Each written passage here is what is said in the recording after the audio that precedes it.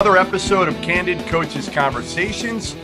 This week, we have another group of highly touted assistant coaches, guys that we brought together, and a couple of so-called journalists, including myself, I guess. But we have Rob DAUSTER, as usual. He will actually move in this podcast, I think. He will not look like a statue. And we have CBS's Matt Norlander. And the topic this week will be rules. And rule changes, rule proposals.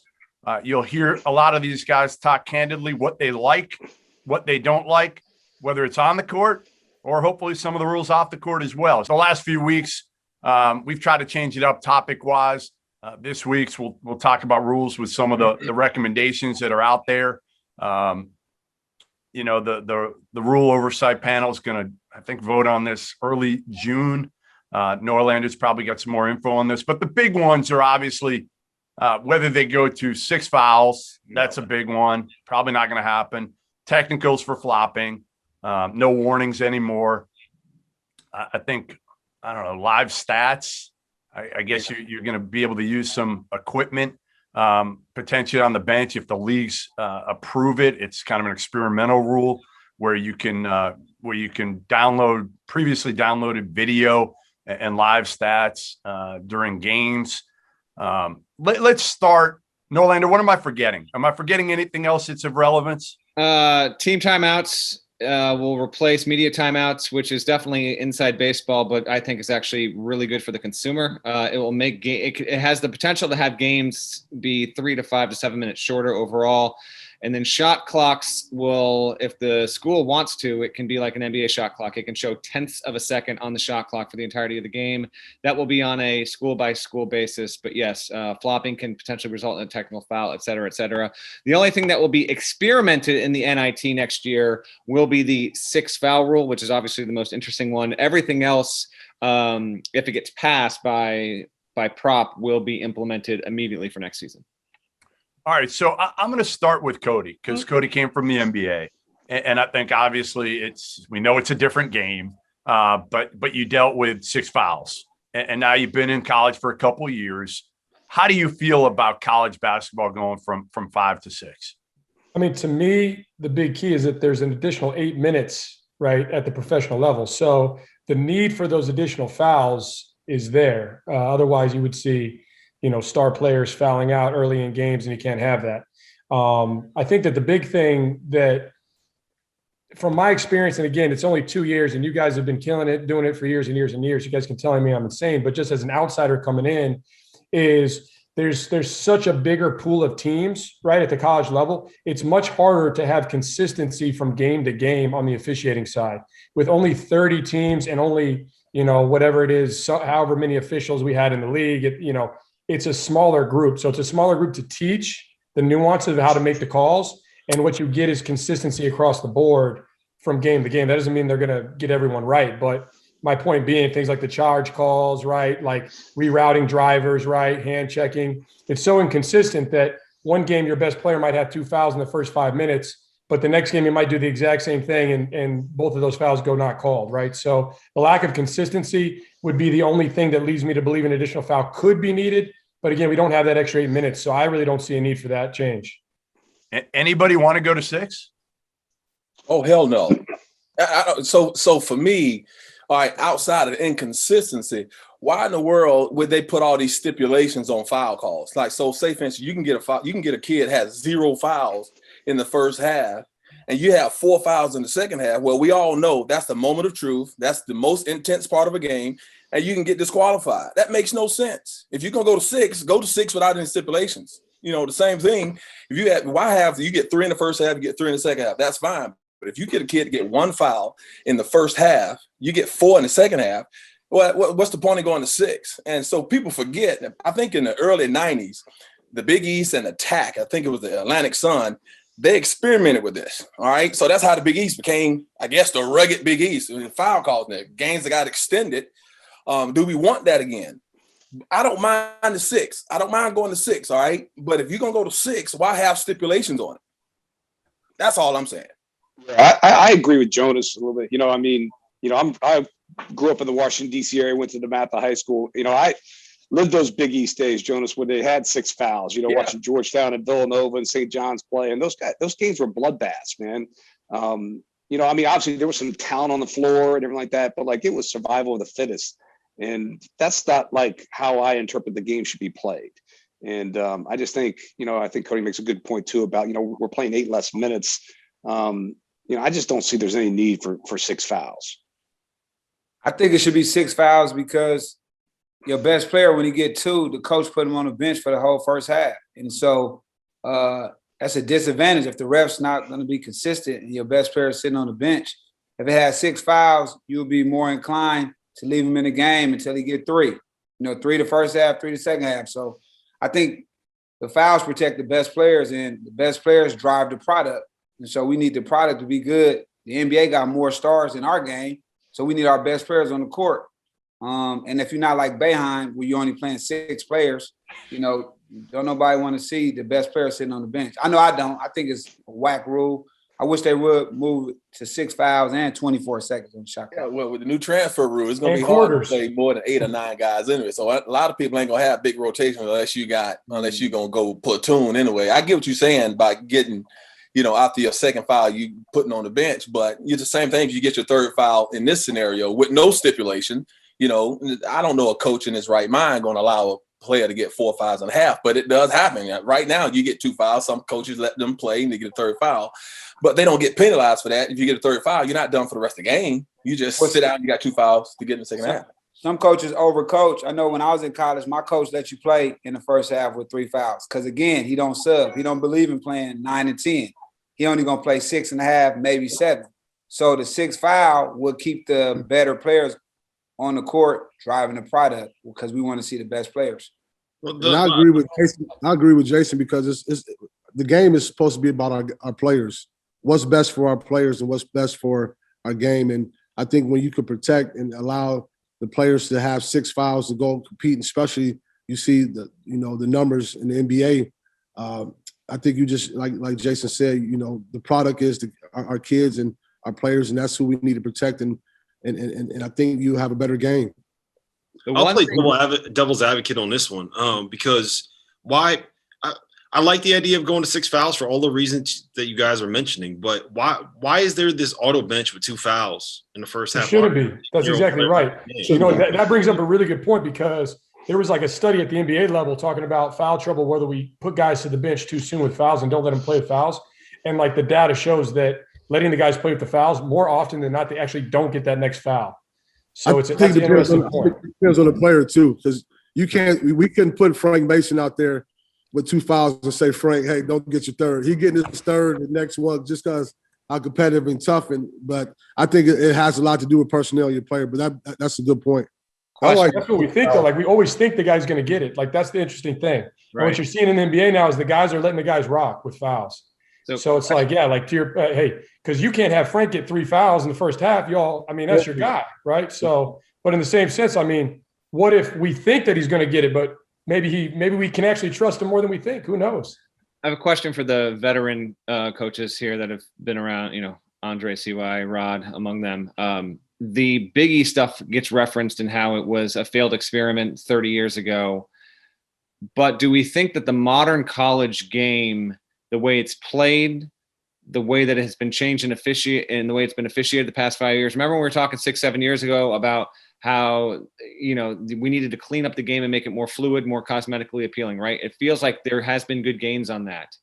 So is there the potential that with this rule, which again will just be done at the NIT level just to see how it goes, and I think that's actually the right process here, but do you believe that the Division I men's basketball is a cleaner game in 2021 by small margins, major margins, no margins at all, versus what the Big East was in the late 80s, early 90s?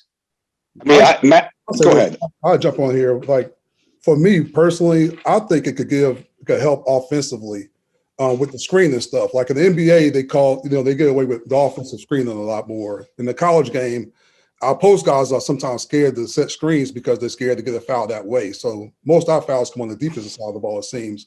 So by allowing 6, maybe we could get our post guys or our guys setting better screens and getting those guys to screen more, but not having the concern of getting the fouls that way. So that would be one reason why I think the 6 may help the game a little bit. You know, Matt, I agree with what you're saying, Matt. Like, I mean, I do think the officiating has gotten better, and we've tried to call the first fouls and hand checking. I think we've improved that.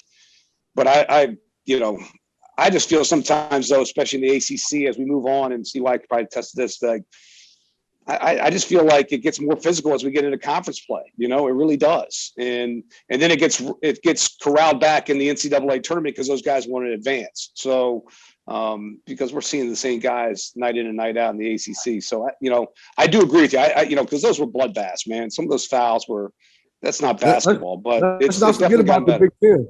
Back in the day, the Big Ten in the early '90s, and with those teams, I mean, it came down to coaching. It came down to of who was going to foul late, and I mean, it was just a bloodbath. Those guys were physical, and growing up on Big Ten basketball, as a point guard, you kind of knew that's what you was getting into when you was being recruited. And other conferences used to use that to their advantage and negative recruit the Big Ten. Oh, you're just going to play slow basketball, half court basketball, and the score is going to be 54 to 60. Games like that. But it was old school basketball where you got punished if you went in there in the paint and they made you pay for it. So growing up on that style of play, that's all you knew. And now I think the game is definitely a little softer. They have done a good job of cleaning it up, but just growing up on those Big Ten basketball teams and coaches, those are really good teams. Fellas, I think I'm with Jason and some of the other guys in terms of six fouls, and my reasoning is probably a little different. I think human nature is a beast, and you got to help with human error. I mean, everybody on this call has sat during a game and said, "Come on, man, that's a bad call." Like, how many times during the game do you look around, you say, "That's a bad call"? So all of us get bad calls, especially when you're on the road and in the ACC or the Big Ten, the SEC. Human nature is a beast. So when the crowds come back, it's kind of human nature for the official to kind of get emotional with the crowd and make some calls. I think it takes the pressure off for these bad calls that are made. Because Jalen Hamilton, he don't care what y'all say or anybody says. If a guy gets 2 fouls, he's sitting on that bench because he don't think he's going. He don't think he's going to defend and play hard. He thinks he's going to not go hard, give up some buckets just because he's trying to stay in the game. So if it was up to me, Jason Hart saying the best players on the court and it drives the product, that's the truest thing I've heard. It's that balance, right? I mean, it is that balance. You want the best players to be on the floor, but you're afraid of the way the game might look if you're giving everybody 6 fouls, right? Like, especially next year, I think the game's going to be so ugly at the beginning of next year anyway, with all the turnover among rosters. And if you added like 6 fouls, I just think it could be a train wreck in terms of the quality of the play as much as anything. All right, we've gone through that. Let's go around the room a little bit of like, what's the one rule that you guys would change? And it could be, you could have one on the court, you could have one off the court. I want to hear the one off the court as much as the one on, because I think it'll be more interesting.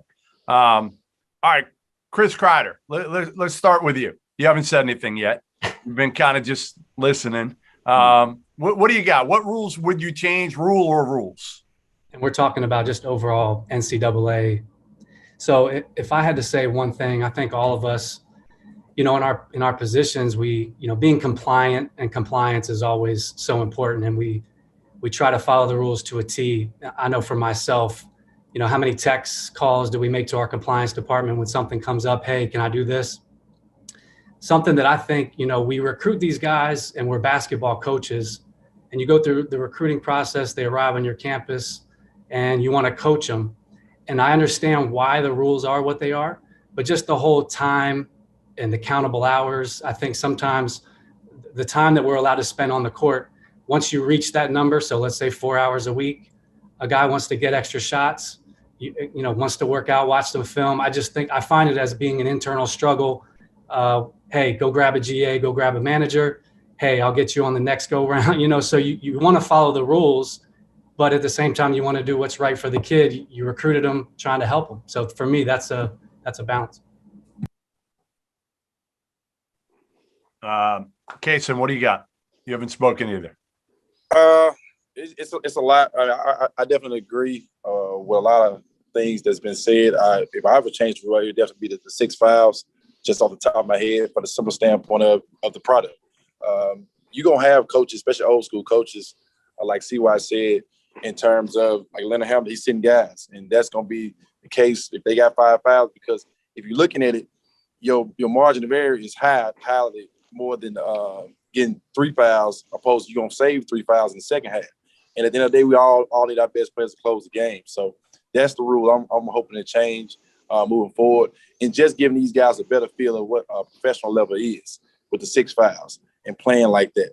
Because like CY said, it's going to be times where there's a lot of room of error when a referee makes a bad call, and it can cost you. It can get you got a 4 foul, and now you got to sit down to the last 3-4 minutes of the game. So that's the rule I hope would change. Hey, I got one for you before I let you go on this one. How bad is it when you play bye games? How bad is the officiating when you play bye games against some of these guys? Oh, they're not get any calls? No, they don't let you get out of there. No calls. And for us, me being a guy that's more so of a low major school, you hope some people hope the 5 fouls, because that helps you in the game, because your best player does go to the bench if he happens to pick up a foul and get a charge call. But like I said, I just want the game of basketball NCAA wise to grow. All right, who else has got a good one? Who else has got something maybe a little bit outside the box? Jason? I'll jump in here. I got a question. There's a lot of smart basketball minds on this call, Goodman not included. I hate the fact that the charge exists the way that it exists in college basketball. I want to know from you guys, do you hate it as much as I do? Because there's nothing that I can't stand more than watching a defender slide in underneath somebody going to the rim, fall down, and get rewarded with a charge called on that. Silence. I hate the charge call. I think that too much at this level, they coach up taking charges, right, as a strategy. And to me, I think, number one, it's dangerous. Number two, I think if a guy gets in the air before you get to the spot, you should have no shot at getting that call. And honestly, it drives me nuts. I mean, especially we go play a Kelvin Sampson team, those guys are disciplined. So their low man's there, he's getting outside the charge circle, and he's going down on any contact. So to me, even whether, and that's the problem, again, that goes back to the inconsistencies from game to game that are attributed to me to the fact that, again, we got so many games, so many teams, it's just not called equally. And so it's really, it disrupts the game. And that's where you get into the issues like Jason was touching on, your top players attacking the rim and they're not getting that call. It's brutal. So it's a killer. I can't stand it. And we talk about screening. Andre mentioned screening. It's another one I can't stand. The illegal screen calls are like totally wildly inconsistent. And I'm not a big fan. But I do think if you teach your guys the right way, I think using charges, I think it's your advantage. Heck yeah, I agree with that. I know I haven't worked for Coach Beard that much, but preparing for him, I think they have a rule. We have a rule to get 7 or 8 charges a game, and the times they beat us in the past at Texas, when he was at Texas Tech, they had 5 or 6 charges, and it was a difference in the game. So I definitely understand where you guys come from, but if you teach it the right way and you're consistent and you have a culture where you're doing it in practice and that's what you're known for, I think it's definitely an advantage. Yeah, I'm a little bit old school too, because I played for Morgan Wooten at DeMatha High School, and if I had to step in and take a charge, that buzzer was going off, man. I was coming out, so it's kind of ingrained with me. But I understand what Cody's saying too. I do think one of the rules that I thought was really going to pass. I know Matt went through some of them there, but I thought we were going to widen the lane. I thought that would help out a little bit. I didn't think the charge circle. Mike was on the rules committee when they put the charge circle and then they moved it back. But I really was hoping that they would have a wider lane. I think that would even open it up even a little bit more. But obviously they tabled that for this year. But it's an interesting call especially for us old school guys. How do you guys feel about on-ball charges? That's another one that's wildly inconsistent.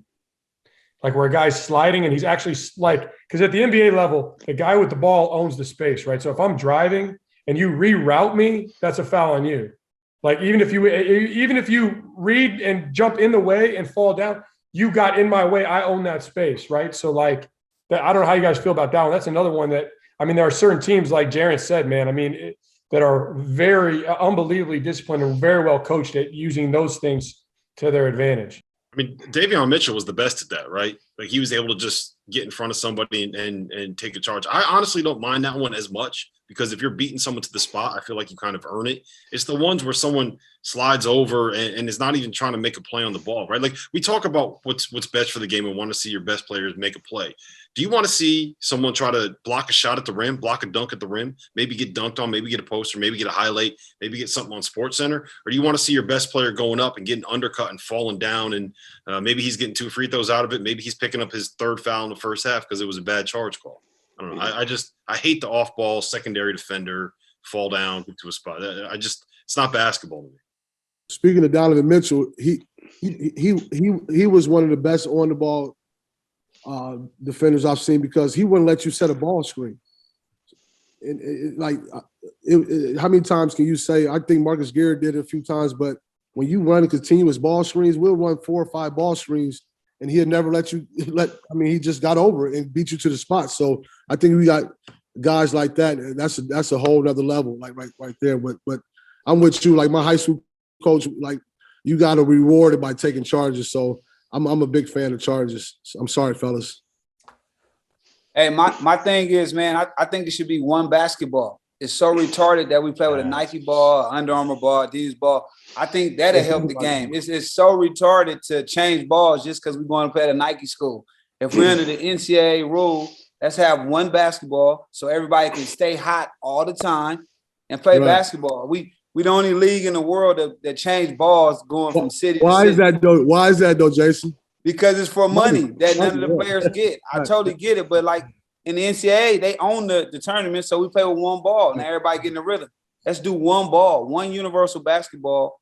Yeah, because even with preparation, you go play Texas Tech, you got to go get out your Under Armour balls. You go play Memphis, you got to get out the Nike balls. It's us. And so when we go play on the mountain trip, Utah's Under Armour, then we fly from Utah to go to Colorado, they're Nike. So we switch the balls, and then we come on and play UCLA, that's an Adidas ball.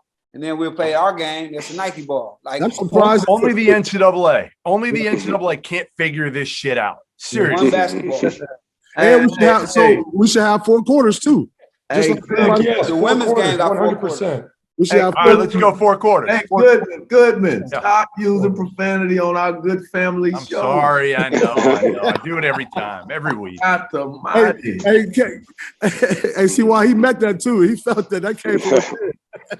Hey, but Hart is right. We can't beat Notre Dame because of them Under Armour balls.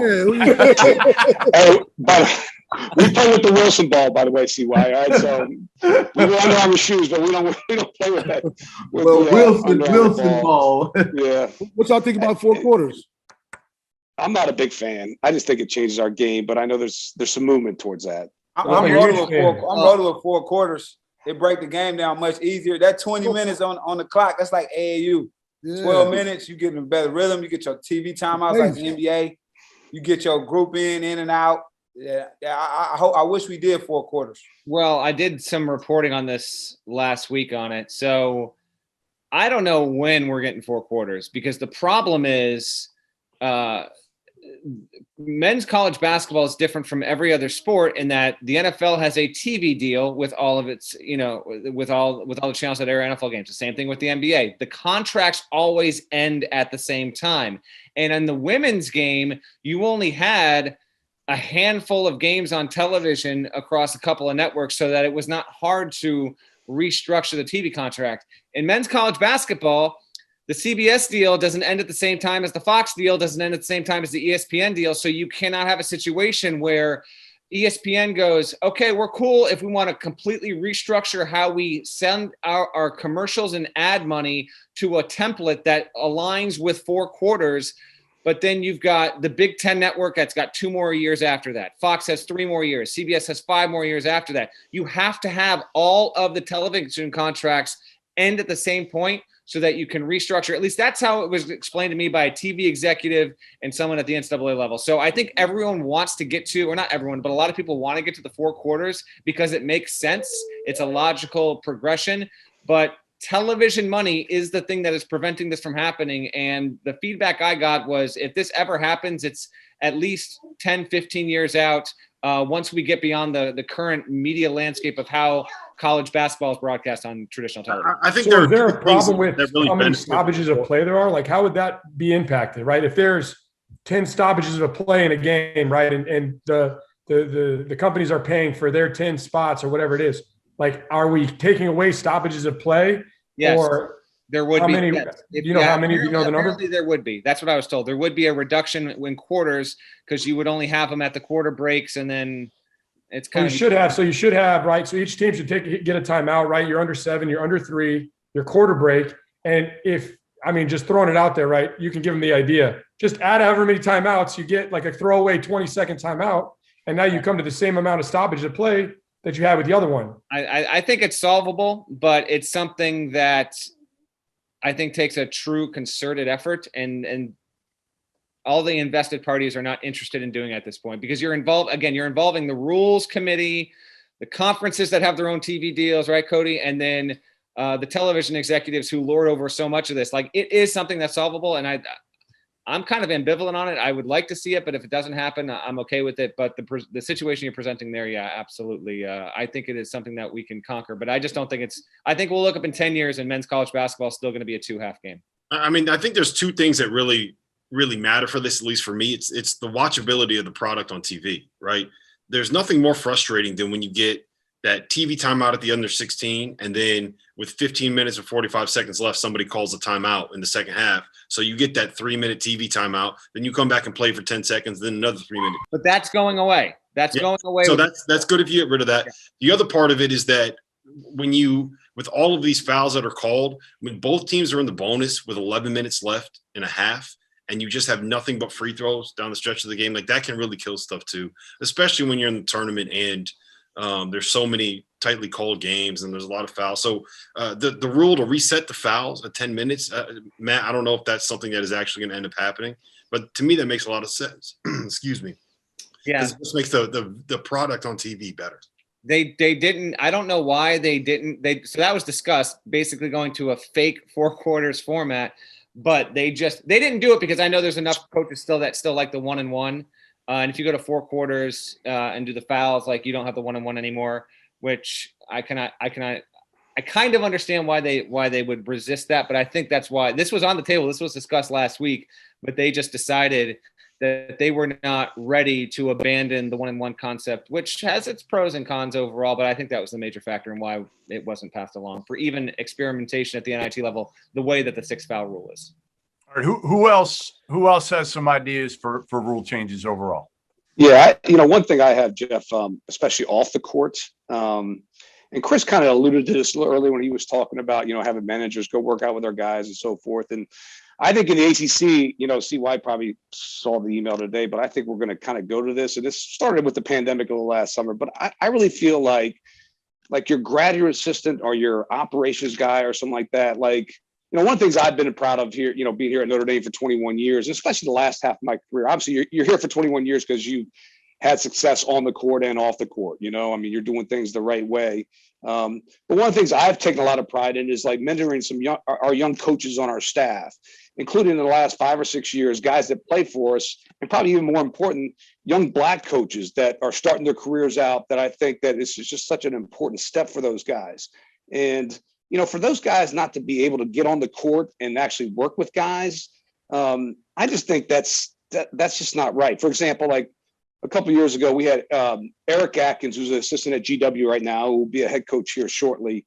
Was in our kind of our video role and everything like that. And our young apprentice sub, when he was a freshman, Eric was on our staff, and and he wasn't able to go work. They're both from the DMV area.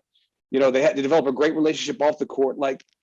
Eric Atkins should be able to go help Prentice Hub out on the court, to help, he was a very good point guard for us to help, teach him some stuff, the nuances of the game and so forth. I just think we're getting, we got something today where I think we're going to get to that point. At least we're going to experiment with this summer to be able to do that. I just think that's so important, to be able to get on the court and interact with guys. I know the recruiting piece is one thing, to be able to get out and recruit, but there's a lot of recruiting that's done off the court too, that those guys are involved with, which I think helps prepare those guys. But we got to loosen it up a little bit and let those guys actually get out there and sweat with those guys, especially during the summertime when we're on the road, like to be able to work with guys. Like Chris said, you have to get a manager maybe to work out for that extra couple of hours. Like we should be able to do that. We should have our young guys and our staff be able to step in those roles.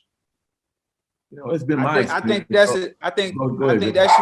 rule for me, I think that should change very fast because in LA, every agency is out here. So if they can't work out with our grass, they're just gonna work out with a runner. And then the runner gonna tell them, hey man, you averaging 6, come on to the league, your coach is tripping. So for me, I think that just because we're in LA, we got a million runners out here, right? And so they come in, your AAU coach, your high school coach. If they did that for us, that'd eliminate some of our players. We had like 3 in the past, put their name in the draft and did get drafted. They could work with our guys with unlimited hours. Right. I think that'd really help for us out here because every agent is trying to get all these players right now early. It's just been my experience over the last 26 years that the gym keeps kids out of trouble. That's I mean, if you're the NCAA, I don't understand how practical intelligence doesn't tell you that if the kid is in the gym, he's not in the club, he ain't running the street, he's not doing things that get you in trouble in college. So that's something that really, really bothers me. That's something that we got to get changed. And the guys, it's still a bunch of lazy guys out here. Now, some guys don't want to get in the gym. Right. We are blessed here at Florida State. The new bloods, gotta get my plug in, Joe. That we get kids with tremendous amount of humility that want to be gym rats. But it's hard dancing around that rule all the time. That definitely has to change. And the agent deal that Jason is talking about is real as real can get, especially with ACC and these Power 5 players. Mm-hmm.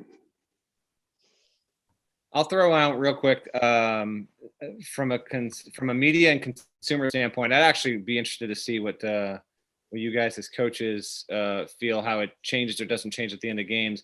I understand that we're never going back to the way it was without monitor reviews, but there are too many, and there have been instances, a lot of them in the past couple of seasons.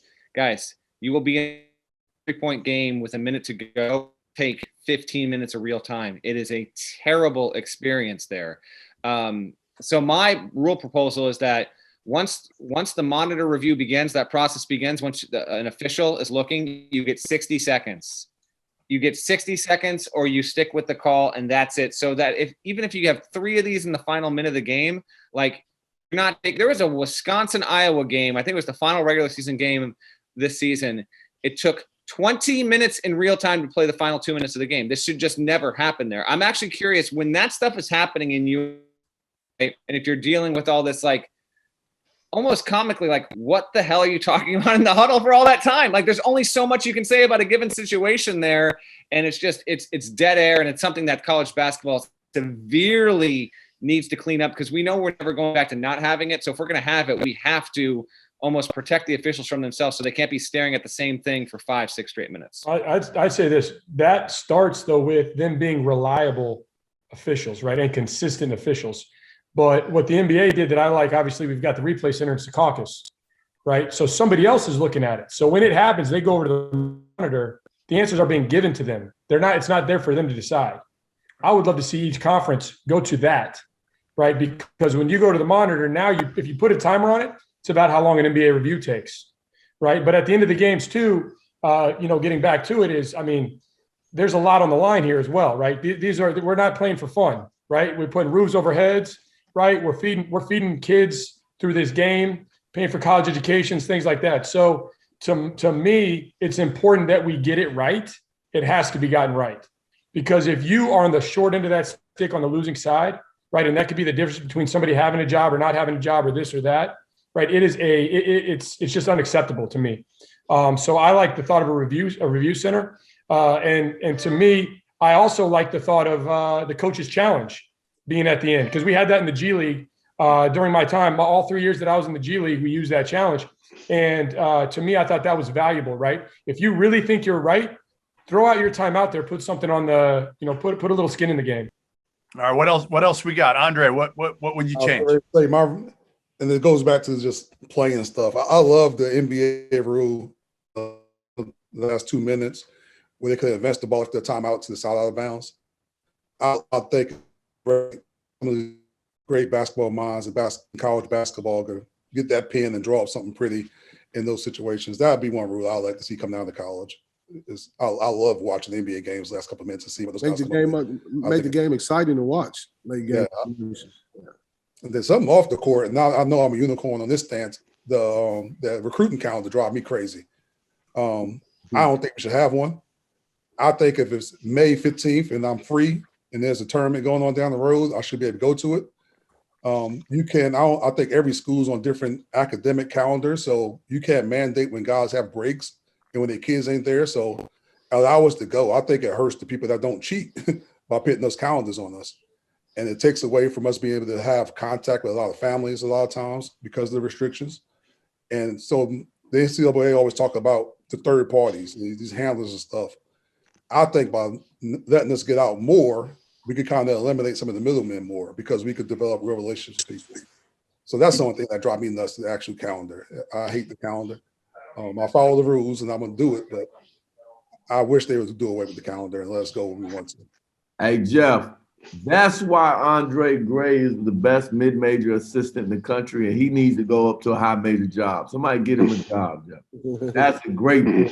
I agree with that. I agree. Like, let guys outwork other guys. Right. What's wrong with that? You want to work? You get the player. Now, again, sometimes you can still work as hard as you can, but if that other guy's doing some other stuff, sorry, CY, then they're going to get the player. But if everything's equal, give it to the guy who's going to work. Yeah. So let guys go out whenever they want to go out. What's the big deal? Well, the big deal is, sometimes you got to have some time for your wife or your family too. If we had to go out all the time, it'd be like, during your season. And right, so have a dead period. Have a couple dead periods. August, dead. Where nobody can do anything. But it's two rules that I want to see change. One is, I think it's corny to have a tied up possession basketball, and if some of the refs are not consistent, they give it a jump ball, give it to somebody else. So I think everything should be a jump ball. Agreed. Right? Start rewarding that. That's corny. Yes. And then the two things, I'm a father of a upcoming college student athlete. The NCAA shouldn't tell me I have to leave the gym when my son is not playing the AAU game. That's corny.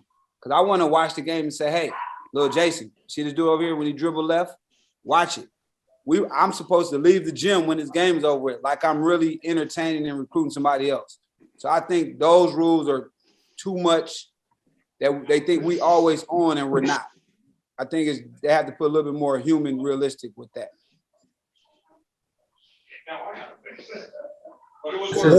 This isn't a rule or anything, but I was curious, have you guys started talking about with your staff's game attire, just coming out of last year, what everybody was wearing? Are we going back to the suits or not? I hope not. Xavier won't. Xavier's going slacks pullover, baby. That's what we got. It's already been decided. Hey, it saves money. Ain't no more tailored suits. Ain't no more cleaners bills. That's what I'm looking at financially. Already been decided, baby.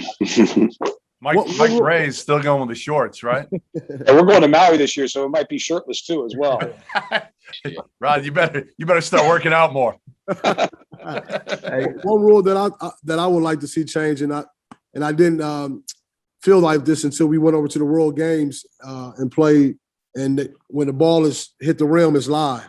I thought the game was so much more exciting, more intense, and just a better flow and better pace of a game when you guys just going to get it right after, right when that ball hit the rim, you could go snatch it off and you could save the little corny, as Jason, I like that word, the little corny, goaltending calls and that, man, let's play some basketball. Let's get it and go. I thought that was really, really fun. And all our guys liked it when we was over there in the World Game. So I think that would be something cool to bring to the game. Yeah, that was on the table last week. And I don't know why. I was actually given the impression that they would have a good chance to go to the NIT experimental phase for like next season. It didn't even get there.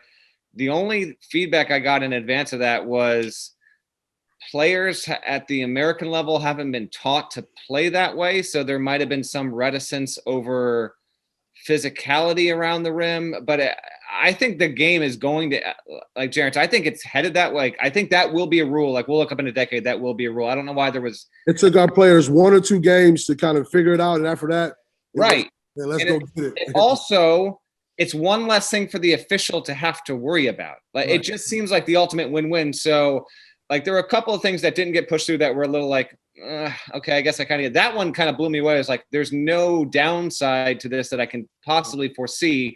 It's the FIBA rule. We should just implement it immediately. And they just opted not to. But I think if there was enough push from coaches, you know, in the next year and the year after that, like you send this feedback to the people it needs to be sent to. You know, Barnes and Huggins are now going to be on the rules committee for the next year or two. Like, I think there's a chance that could actually get pushed through the next time they vote through rule stuff. Cause I don't know, it brings a certain excitement to the game. And again, it's one less thing for the officials. Anytime you can take something practically out of the officials' hands for the betterment of the game, it's just a no brainer. What else we got, guys? And any other ideas, any other things that you absolutely hate in the game right now that should be changed?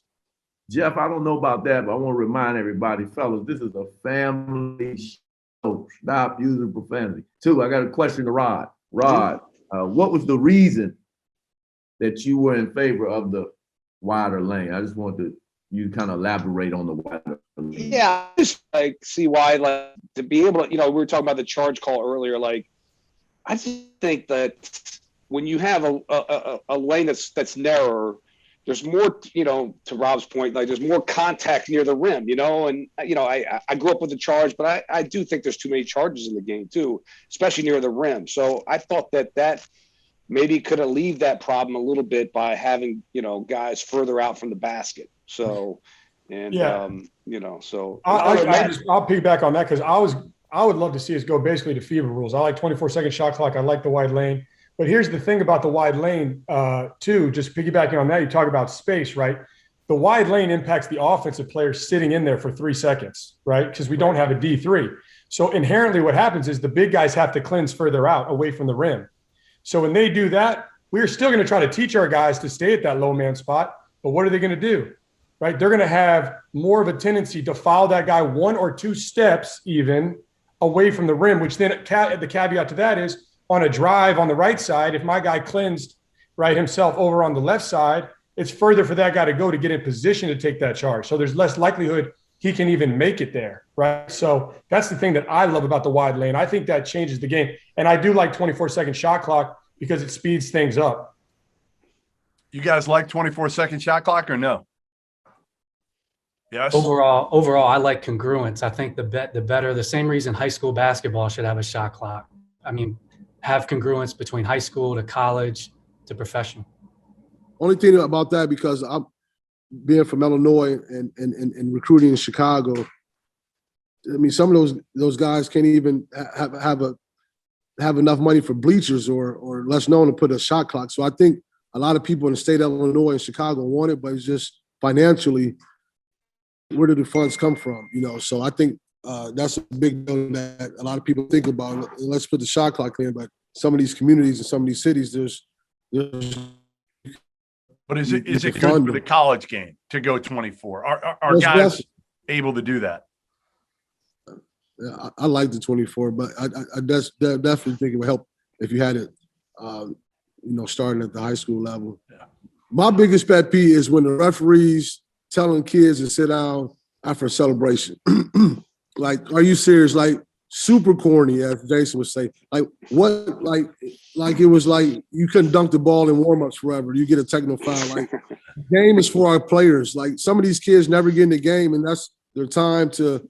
I was a guy that played behind 4 draft picks, so for me to bring something to the table and put my handprint on that team was to celebrate and bring energy. And now, as soon as I get up, I got a referee who's missing a call down this way, telling me and my players to sit down. Like, little stuff like that is just like, come on now, let's play basketball and keep it moving. Nothing worse than hanging on the room calls. Nothing worse than the technicals. It's like, come on, man. Like, let them celebrate. As long as they're not doing 2 chin-ups, right. Let them do what they want to do. CASON, what do you got? Yes, everybody kind of touching on everything in terms of 24-second shot. I kind of am a fan of that as well. I think what we're doing is as a organization instead of we want to play faster. And so what would be better than speeding the game over 24-second shot clock to get a quick hitter, to get more transition baskets, to make the players stand out better. So I think everybody touching on a lot of different points. I would like to see, to be honest with you, away with the whole 10-second call in the backcourt. That's just, I mean, I don't understand the point of it. It just, why? Like, I mean, it's a situation where I just see refs doing this and they don't even do it a lot because it's just forgotten rule.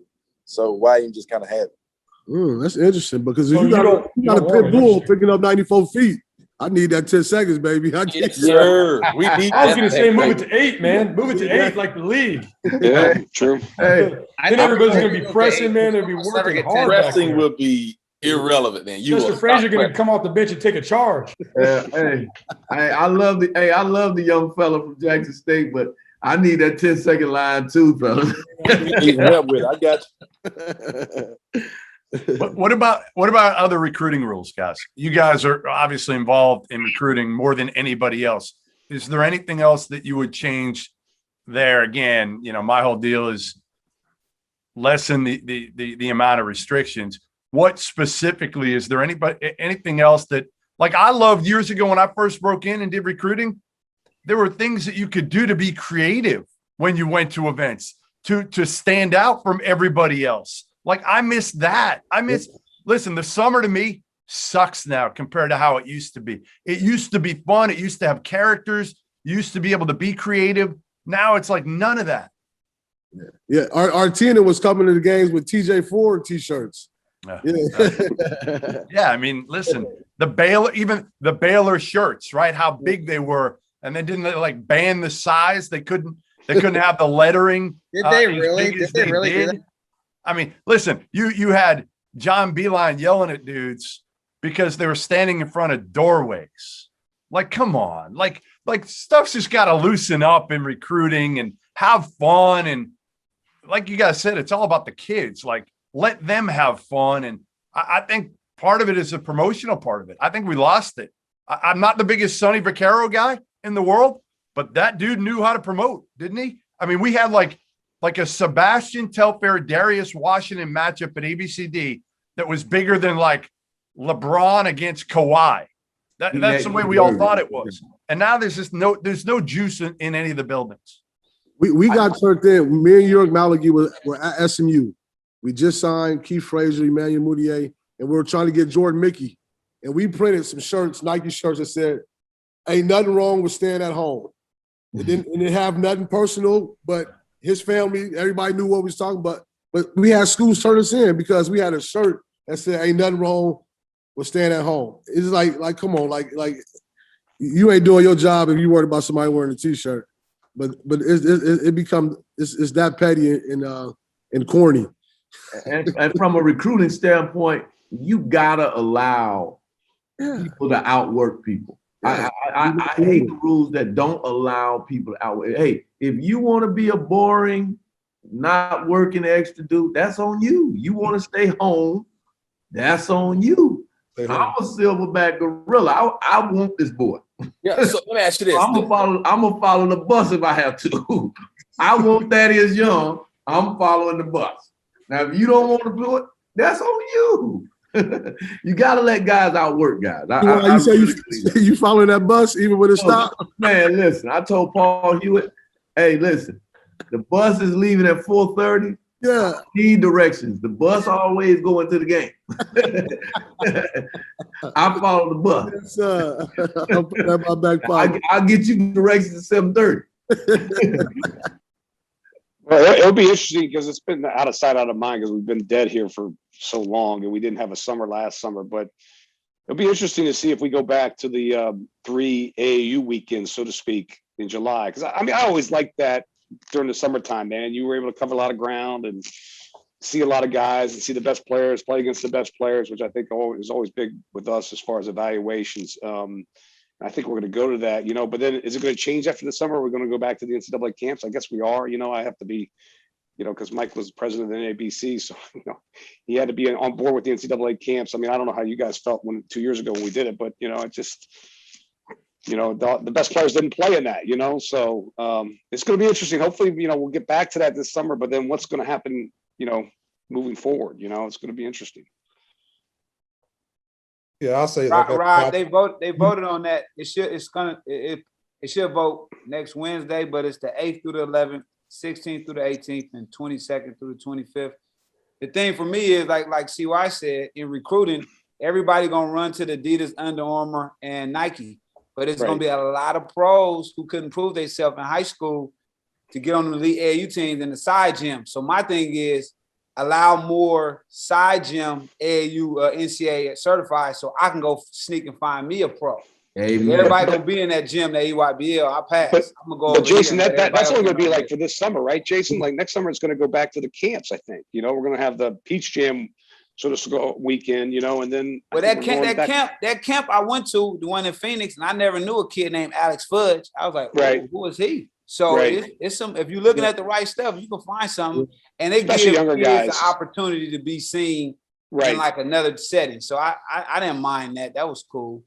But well, that being said, I'm a Peach fan. I love the Peach Jam. I like the Peaches. I like to watch the 15s and 16s. I like to see Jaren's because Jaren, you was at Kansas. You recruiting the elite. I gotta find me, dude. We had 4 quote unquote low majors in the NCAA tournament this year. This year, our team we started beat us by 30 in the tournament. What are you talking about? But let me tell you though, we had a kid transfer from Rice. Hey, look, James, we had a kid transfer from Rice who was low major out of high school. Wofford. Jace, I came know off the bench at Santa Clara. Scout report. I know everybody on your team. Yeah. I'm talking about, so I got to go find them before they go to Rice now. I don't want them to go to Rice no more. Just come on to us. Because we it's Wofford. Jason, it's Wofford, not Wofford. Oh, Wofford. Hey, he was balling. He was balling versus He was making everybody say, whoa. Hey, how about this rule though? If you spend all this time recruiting and develop a relationship with these kids and parents, and then when you see them out at the AAU events, you got to turn away because I'm scared to even say do anything. Hey, I miss the lines. Come on now. I miss years ago with the lines when coaches would be standing there and it'd be literally. I was in high school there. Man, that was. Especially in Vegas, right, Jeff? Especially in Vegas. Yes, I miss it all. Like. One of my favorite things ever was first when I was breaking into recruiting, Ed Cooley was there and he went up to me. It was Ramel Bradley at ABCD. And he said to me, he goes, hey, can you do me a favor? Can you tell that kid that BC that we're going to offer him a scholarship? And I looked at him. I said, but like your head coach isn't even Al Skinner hasn't even seen him. He's like, just tell him we're offering him. I'm like, I'm not telling him you're offering him a scholarship. Like, the shit that went on against Charlton. I'm sorry. Listen, you can bleep me out. Dauster will bleep me out later. It's okay. It gives him something to do. He doesn't talk. He might as well edit. But I think there was so much entertainment with the summer that is lost now. And the NCAA just tries to take away all the fun away from everything. And again, like, to me, we got to bring the fun back into the game somehow, whether it's AAU, whether it's college, whether it's recruiting, whatever it is. Like, the in-home visit is gone. Those were the best things ever. The in-home visit stories were the best stories ever. They're gone now. How many in-home visits you guys do now? Zoom. Zooms, baby. Well, with COVID, I don't think nobody really running to that home, but CY said with the Thaddeus Young, he may go in and do some home visits. Hey, that guy's out work. If you want to die, I'm vaccinated. Hey, Jeff, I'm vaccinated, so I'm going into homes as many as I can. I'm vaccinated, so I'm going. I'm going in there if I'm not vaccinated for Thaddeus Young. I'll deal with that later. We did. Jeff, listen. That stuff is awesome. Like, you remember the in-home visits of sitting down with grandma and mama, and yeah, I miss it personally. Again, I'll miss. It helps you coach the kid when you get them too. Yeah. Well, home visits are still legal now. It's COVID shut it down. We still do it. Like, y'all scare me now. They didn't get it home visits, did it? No, I'm just saying there weren't that many of them. Even before COVID, they still had kind of come to a standstill for the most part. They weren't like they used to be. Yeah, I don't like doing home visits. Like, kids say sometimes they be embarrassed or, family dynamic, but yeah, when they tell me we're gonna do it at the school, it's something about going into that home where they lay their head and break bread. So but I always deny, we don't want to do the school. I've been at the school. I need to be at mama house or nanny house, somebody house, because it's different. It's different. Hey, one more thing, Chris, CASON, what the difference now is there anything you guys would do as mid-major guys to try to make it more of an equal playing field? Is there anything in recruiting with the restrictions that hurts you maybe more than hurts these guys? When it comes to recruiting, everything I know I've learned from CY. So I think for us, no, I don't. I think there's a pecking order. There's a natural pecking order that takes place. You know, I've been at some different places, some different levels, and I think it always works out. If you work hard, you do a good job, you treat people the right way, and try to work like CY is saying, I think you're going to get the guys. You try to identify. Jason was talking about a young man we had at Rice, Drew Peterson. You try to identify. You know, evaluation is where it's at. And so at the end of the day, evaluate, recruit, win some, lose some. CY used to always say, you bat 300 in this thing, you're pretty good. So for me, that's how I view it.